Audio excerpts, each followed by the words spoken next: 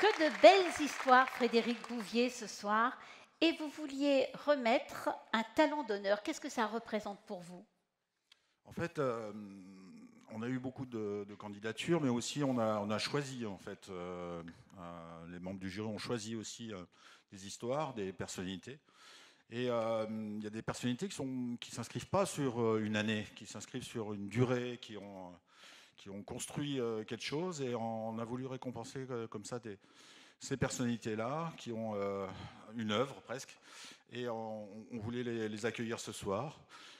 Je crois qu'on ne s'est pas trompé hein, quand je vois la soirée qu'on vient de passer. Je crois que le jury, merci encore. On a vraiment bien choisi. Rendez-vous à la prochaine édition en décembre 2022. Moi, je suis ravi de cette soirée. Et puis, ces talents d'honneur, donc je peux vous délivrer. On n'a pas pu faire un choix. Ah. Bah oui, il reste 2 trophées là. Donc, il y a 2 talents d'honneur. Tout à fait. 2 talents d'honneur. Donc, alors, Magali Janin, donc, qui est lieutenant-pompier. Et Coralie Guérin, adjudante de gendarmerie, référente violence intrafamiliale et négociatrice. Magali Janin et Coralie Guérin.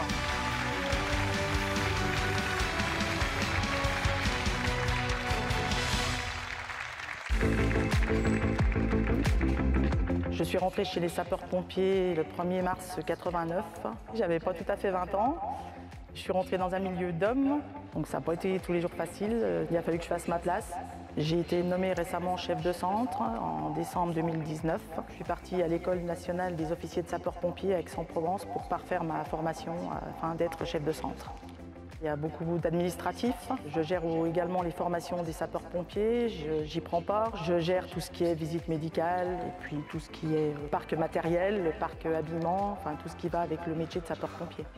Je suis pas mal à l'écoute aussi bien de mon personnel que sur les interventions. Il faut être quelquefois un peu diplomate et on se rend compte qu'ensemble, des gens ordinaires peuvent faire des choses extraordinaires.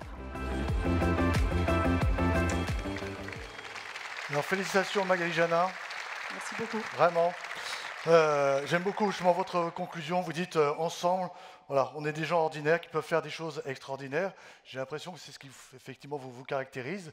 Et racontez-nous quand même un petit peu le départ de votre vocation. Depuis toute petite, j'avais toujours dit que je me montrais dans un camion rouge. C'était une passion et je voulais aider les gens, je voulais secourir la population, éteindre les feux et tout ce qui allait avec le métier de sapeur-pompier.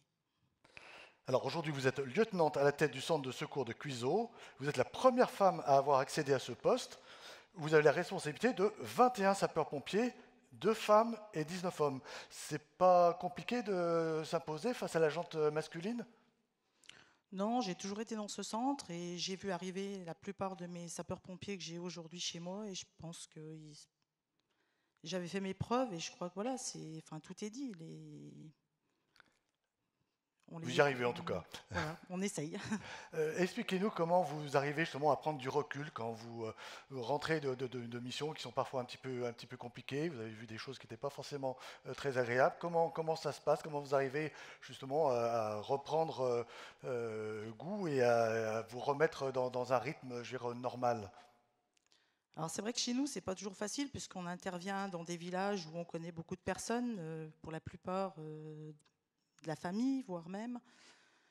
Alors, ce qui fait notre force chez nous, c'est qu'on en parle beaucoup entre nous. Bon, je ne vous cache pas qu'il y a des fois, on rentre, on a des petites pensées, parce que voilà, on intervient sur des choses qui ne sont pas toujours faciles. On essaye de se préserver entre nous, et puis si vraiment ça va plus loin, et ben on a au niveau du service départemental des aides qui peuvent nous être apportées. Et je pense qu'aussi au fil des années, on se forge un petit peu une carapace, mais ce n'est pas toujours évident. Merci, bravo, Magali Merci Janin. beaucoup. Restez avec nous, car l'autre talent d'honneur a fait aussi des choses extraordinaires. Et regardez la vidéo, on va en avoir un aperçu de ce qu'elle fait maintenant.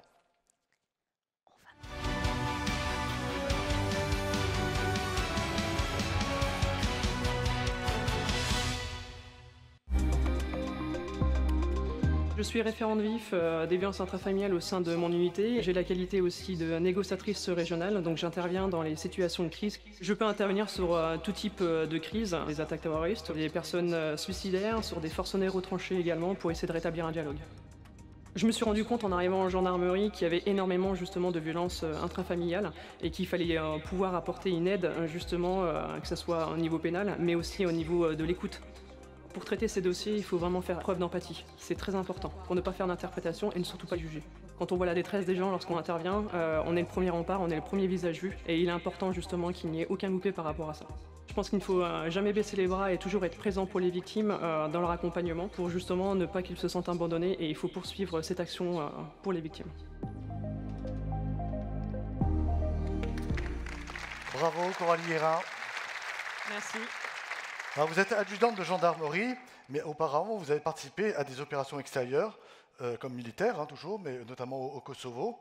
Mais ce soir, vous allez nous parler de votre mission qui concerne malheureusement trop de monde, puisque vous êtes référente violence intrafamiliale sur tout le département de Saône-et-Loire. Expliquez-nous un petit peu votre rôle. Alors tout d'abord, oui, j'ai commencé ma carrière au sein des services des essences des armées, donc à Chalon-sur-Saône, où j'ai effectué 10 années. J'ai fait des services d'opérations extérieures justement dans les Balkans et je me suis rendu compte que j'aimais justement avoir le contact avec la population, donc je me suis orienté tout naturellement vers la gendarmerie. Je me suis vite aperçu qu'il y avait un énorme manque et un énorme besoin en fait au niveau des victimes de violences intrafamiliales, donc du plus jeune âge, hein, malheureusement ça peut toucher des enfants jusqu'à l'âge le plus avancé. Donc là-dessus il faut avoir des qualités de la bienveillance, de la patience, générer un sentiment d'empathie, faire de la phénoménologie vis-à-vis des victimes pour essayer de comprendre un petit peu leur vision du monde, la vision qu'ils ont de la situation pour pouvoir apporter la meilleure des solutions.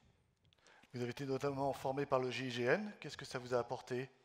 Ça m'a apporté énormément de qualité d'écoute par rapport à ça, parce qu'ils savent nous mettre dans des situations vraiment de pression. Hein, vous pouvez compter sur eux là-dessus.